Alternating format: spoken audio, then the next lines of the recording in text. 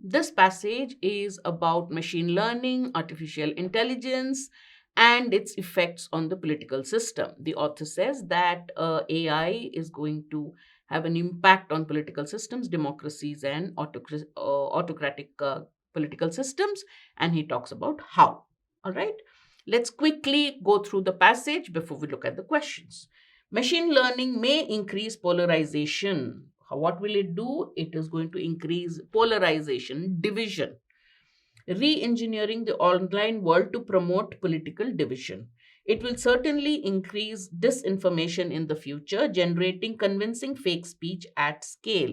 So this he starts off by talking of the negatives. It's going to be increase polarization. It will increase disinformation. It will generate fake speeches at scale. Means on a large scale you will have fake speeches. Fake speech means disinformation. The challenges to autocracies are more subtle but possibly more corrosive. Where you're talking of autocratic systems, dictatorial systems, he says the challenges will be more subtle. It may not be as open as an open system, but it may also be more corrosive, means more dangerous. Just as machine learning reflects and reinforces the divisions of democracy, it may confound autocracies, creating a false appearance of consensus and concealing underlying social fissures until it is too late. Now, how is it going to affect autocracies? He says that machine learning reflects and reinforces the divisions of democracy. This he has said in the first paragraph. In the first line, it increases polarization. It does that in autocracies too, but it may confound means surprise autocracies. In what way? It may create a false appearance of consensus that the general public is all in agreement and harmony, and conceal, hide these social fissures, societal fissures, the cracks in the society. It will hide it until it is too late. Therefore, it is going to be so. It does divide a democracy also, but why is it more dangerous in an autocracy? Because it may hide these divisions until it is too late. So the autocrats will be taken by surprise. The autocratic system is taken by surprise. They think everything is going well. Society, there is no division in society, and the cracks appear when it is too late to heal them. Early pioneers of AI, including the political scientist Herbert Simon, realized that AI technology has more in common with markets, bureaucracies, and political institutions than with simple engineering applications. So he says this is a strange, unexpected fact. Like AI has more in common with markets, bureaucracies, and political institutions than with simple engineering applications. You would think AI has a lot of things in common with engineering applications, but Herbert Simon says it has more in common with markets and bureaucracies and political institutions. Another pioneer of artificial intelligence, Norbert Wiener, described AI as a cybernetic system. Now, whenever there is many of you from a tech background uh, will immediately say, I know what's a cybernetic system. Even if you didn't know, even if you don't know anything about a word used in the passage, generally the author explains what he means by the word in that context. Here he means AI is a cybernetic system, a system that can respond and adapt to feedback. So if there's any definition, any confusion, what's a cybernetic system? As far as this passage is concerned, what's the meaning? One that can respond and adapt to feedback. So, what's that AI system? An AI system is a cybernetic system, one which can adapt and respond to feedback. That's it. Next, what is much less well understood is that democracy and authoritarianism are cybernetic systems too. These political systems are also cybernetic systems. They also adapt and react to feedback. They're also dependent on feedback. Under both forms of rules, governments enact policies and then try to figure out whether these policies have succeeded or failed. So, in whether it's a democracy or an autocratic system, the government has certain policies that it implements. Now, it wants to know, did these policies succeed or not?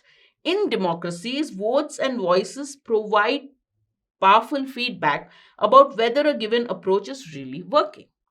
In a democracy, we all speak out. Hey, this is good, this is bad. We protest, we write letters to the editor, we speak to the press. So we have forums in which we can articulate our objections, our support, whatever. Authoritarian systems have historically had a much harder time getting good feedback. Democracy, because by default the system is such that policymakers get feedback, but authoritarian systems have a difficult time getting a proper feedback because of the way the system is there, right? You have one very powerful ruler, you have a small body of bureaucrats close to the authoritarian ruler who controls the system. So getting feedback is not that easy.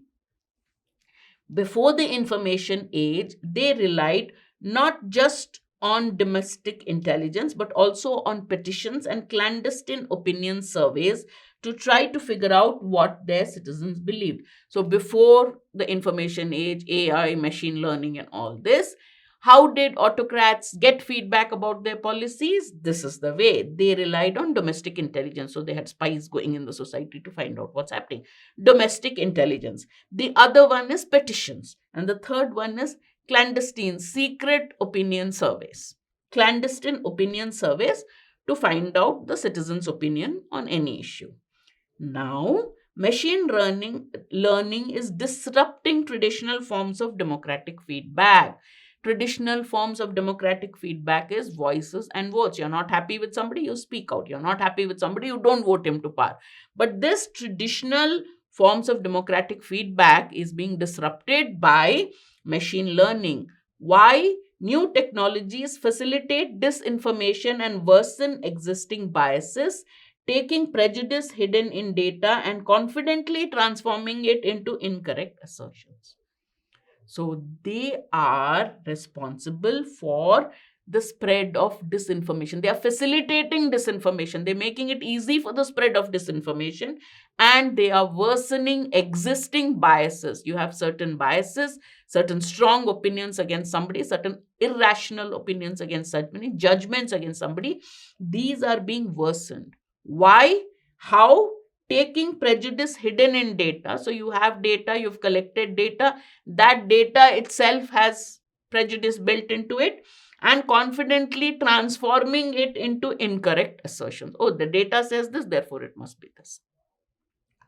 To autocrats fumbling in the dark, meanwhile, machine learning looks like an answer to their prayers. So for them, because they didn't have any proper way of feedback, to them, this machine learning seems to be an answer to their prayers. At least I have a system where I can get feedback about what the people are thinking about the policies.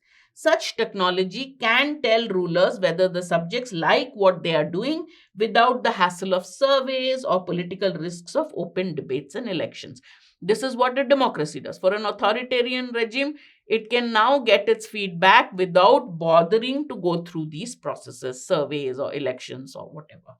For this reason, many observers have fretted, worried that advances in AI will only strengthen the hand of dictators and further enable them to control their society. They're getting feedback, they know who is thinking what, and this will only empower them, make them more powerful. It will strengthen them to control societies. This is what some people worry about. The truth is more complicated, but it's not as simple as that. Oh, you have machine learning, authoritarian governments are going to become stronger. But the truth, the actual position is something different. What is more complicated? Let's see how. Bias is visibly a problem for democracies. Now, we have a problem of bias. But because it is more visible, citizens can mitigate it through other forms of feedback. So you have biased feedback, you have disinformation that you're getting through wrong data, through biased data. But this bias is so open that there are citizens who realize that this bias is there. They can lessen this bias by going through other forums. There are other forums by which they can show the true picture without bias.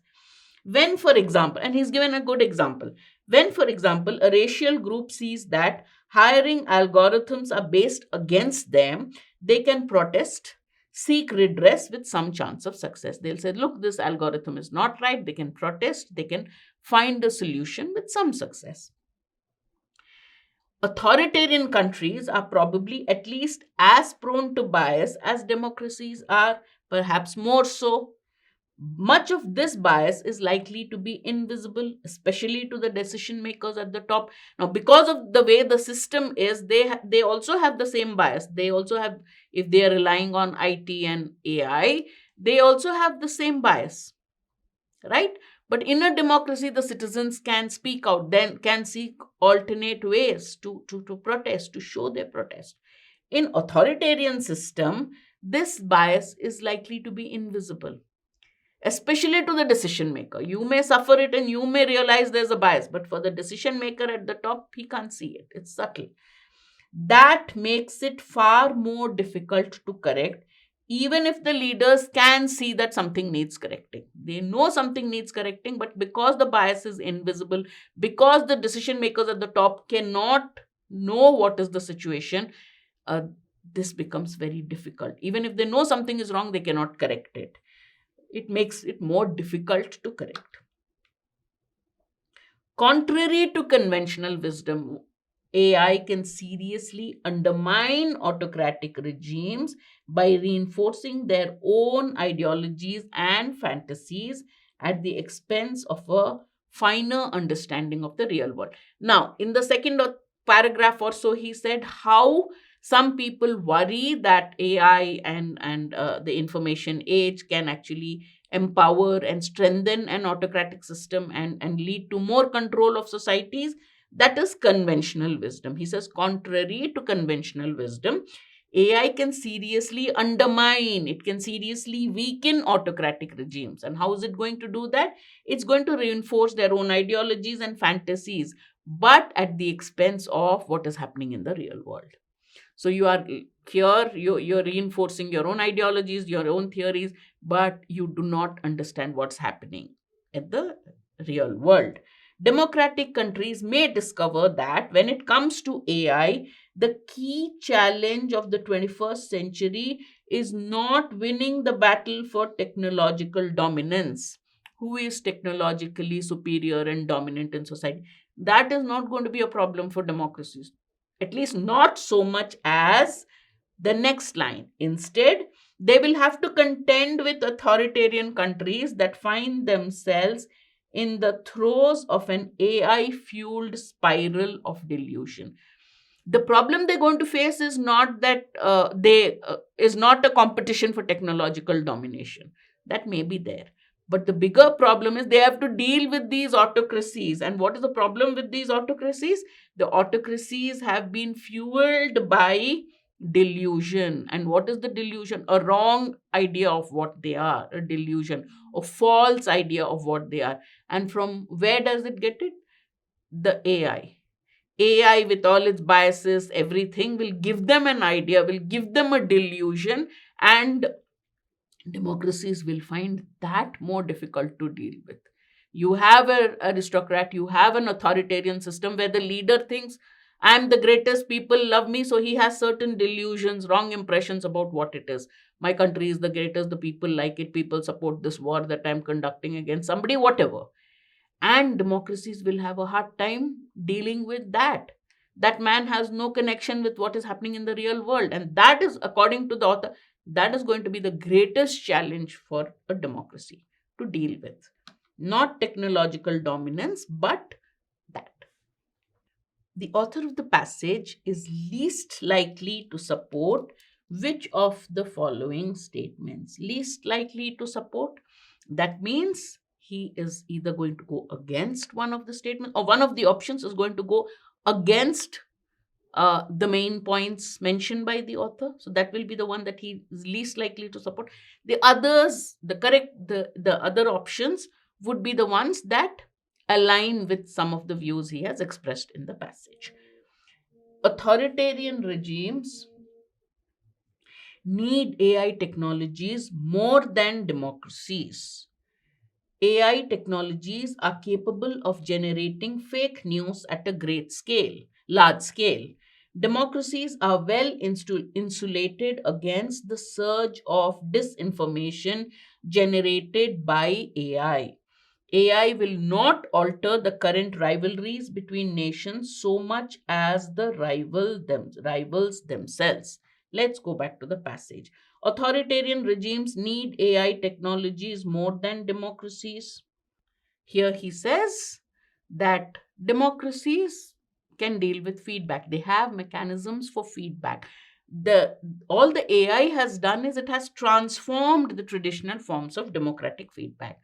But authoritarian systems didn't have a proper feedback system. So they had a hard time getting feedback about their policy from the people. They used to have these clandestine surveys and other measures.